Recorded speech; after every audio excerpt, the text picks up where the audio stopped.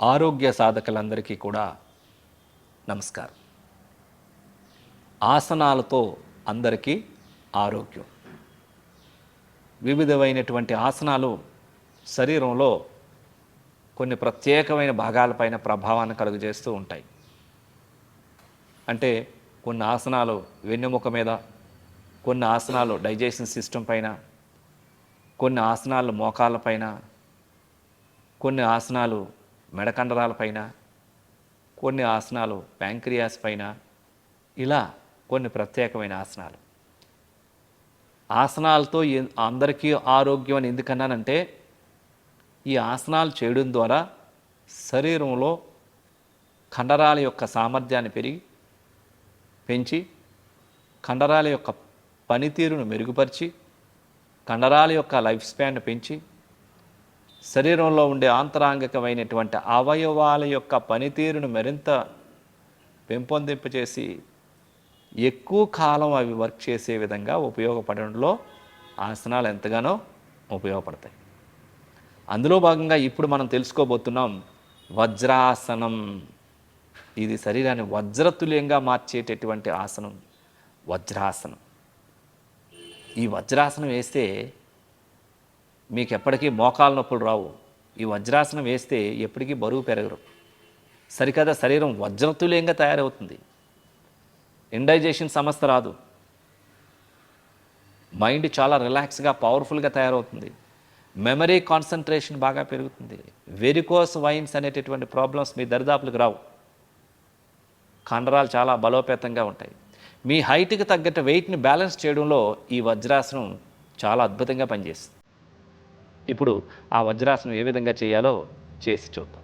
వజ్రాసనం ఇది కూర్చునే స్థితి నుంచి చేసేటటువంటి ఆసనం. ముందుగా దండాసన భంగిమలో కాళ్ళు 2 జతలో ఉండాలి, పాదాలు 2 జతలో ఉంటాయి. ఇప్పుడు ఎడమ కాలును ఫోల్డ్ చేసి బ్యాక్ సైడ్కి ఫోల్డ్ చేసి ఎడమ కాలు జతలో కుడి కాలుని కూడా తీసుకొని రావాలి. కాలి పాదాలు 2 జతలో ఉంటాయి. మడాలు 2 కూడా వి షేప్లో, బకెట్ షేప్లో ఉంటాయి. ఛాతీ చక్కగా ఉంటుంది. బ్యాక్ స్ట్రైట్గా ఉంటుంది. షోల్డర్స్ రిలాక్స్గా ఉంటాయి. మోకాళ్ళ చివర్ల మధ్య 4 ఫింగర్స్ గ్యాప్ ఉండాలి.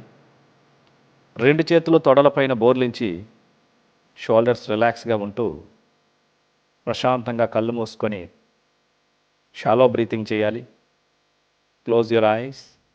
Breathe in slowly and breathe out slowly. దీన్ని వజ్రాసనం అంటారు. ఇది చూడడానికి వజ్రాకృతిని పోలి ఉంటుంది కాబట్టి దీన్ని వజ్రాసనం అంటారు. ఎక్కువ సమయం కూర్చోలేకపోతే కాస్త రిలాక్సేషన్ అవ్వచ్చు. రిలాక్సేషన్ టెక్నిక్ ద్వారా 2 చేతుల్లోకి బొటన వేలు ఫోల్డ్ చేసి దాన్ని మూసివేస్తూ 4 వేళ్ళు ఫోల్డ్ చేసి మోకాళ్ళ ముందు పెట్టి కాస్త ముందుకు రావాలి. ఇలా కాస్త ఎక్కువ సమయం ఎప్పుడైనా కూర్చున్నప్పుడు నొప్పి వస్తుంది చీలమండల దగ్గర, అప్పుడు ఈ విధంగా ముందుకు వచ్చి మళ్ళీ వెనక్కి రావాలి. ఇట్లా ఒక 2 సార్లు చేసినట్లయితే రిలాక్సేషన్ అవుతుంది. అదేవిధంగా వచ్చేటప్పుడు కూడా ఈ విధంగా 2 సార్లు చేసిన తర్వాత ఒక పక్కకు వరిగి రావాలి.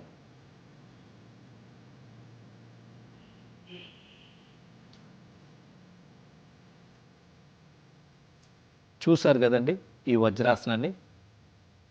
తిన్న వెంటనే ఈ వజ్రాసనం వేస్తే జీర్ణక్రియ తొందరగా జరుగుతుంది, చక్కగా జరుగుతుంది.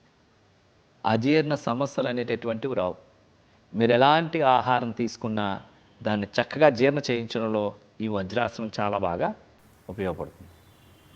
ఇందాక హైట్కి తగ్గట్టు వెయిట్ ఉంచుతుంది అని చెప్పాం కదండి. ఎప్పుడైతే తిన్న వెంటనే ఈ వజ్రాసనం వేశారో మీకు అజీర్ణ సమస్యలు, బరువు పెరిగిపోయే సమస్యలు రావు. ఈ ఒక్క ఆసనం మాత్రమే తిన్న వెంటనే వేయాలి. మళ్ళీ వేరే ఆసనాలు వేయకూడదు. ఈ వజ్రాసనం చేయడం ద్వారా gastric problems, indigestion problems, constipation problems తొలగించబడతాయి. ఈ వజ్రాసనం చేయడం ద్వారా వెన్ను నిటారుగా ఉంచుకోవడం ద్వారా వెన్ను నొప్పులు రాకుండా ఉండే విధంగా ప్రివెంటివ్ కేర్గా బాగా ఉపయోగపడుతుంది. ఈ వజ్రాసనం మీద కూర్చోవడం ద్వారా కాఫ్ మజిల్స్ అదేవిధంగా యాంకిల్స్ బలంగా దృఢంగా తయారవుతాయి. ఈ వజ్రాసనం చేయడం ద్వారా వెరికోస్ వైన్స్ రాకుండా ఉండే విధంగా ప్రివెంటివ్ కేర్గా బాగా ఉపయోగపడుతుంది. ఈ వజ్రాసనం చేయడం ద్వారా మెమరీ కాన్సన్ట్రేషన్ బాగా పెరుగుతుంది.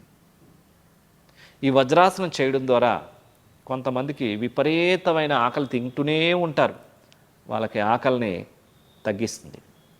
కొంతమందికి ఆకలే వేయదు, అలాంటి వాళ్ళకి ఆకలిని పుట్టిస్తుంది. కాబట్టి ఈ వజ్రాసనం చేయడం ద్వారా మెమరీ కాన్సన్ట్రేషన్ బాగా పెంచుతుంది. అంతేకాదు ఈ వజ్రాసనం కొన్ని రకాల ప్రాణాయామాలకి భస్త్రిక కానీ కపాలభాతికి కానీ ముద్రలు బోర్లించి ఉచ్చి చేసే ముద్రలకి ఈ వజ్రాసనం ఎత్తి చేయగలిగితే ఎక్కువ బ్రీతింగ్ మనం పూరకం చేయగలుగుతూ ఉంటాం. ఈ వజ్రాసనం మీద కలిగినటువంటి బెనిఫిట్. కాబట్టి ప్రాణాయామంకి ది బెస్ట్ ఆసనం అని వజ్రాసనంగా చెప్పుకుంటూ ఉండొచ్చు. పద్మాసనాన్ని ధ్యానానికి ఉత్తమమైన ఆసనం ఎట్లయితే చెప్పామో ఈ వజ్రాసనం ప్రాణాయామంకి ది బెస్ట్ ఆసనం. చూశారు కదండి, ఇలాంటి ఆసనాలన్నీ కూడా మీరందరూ కూడా నేర్చుకొని అందరూ సాధన చేస్తూ మీరందరూ ఆరోగ్యవంతంగా ఉండాలని కోరుకుంటున్నాం. చూస్తూనే ఉండండి ఆసనాలతో అందరికీ ఆరోగ్యం కార్యక్రమాన్ని. నమస్తే.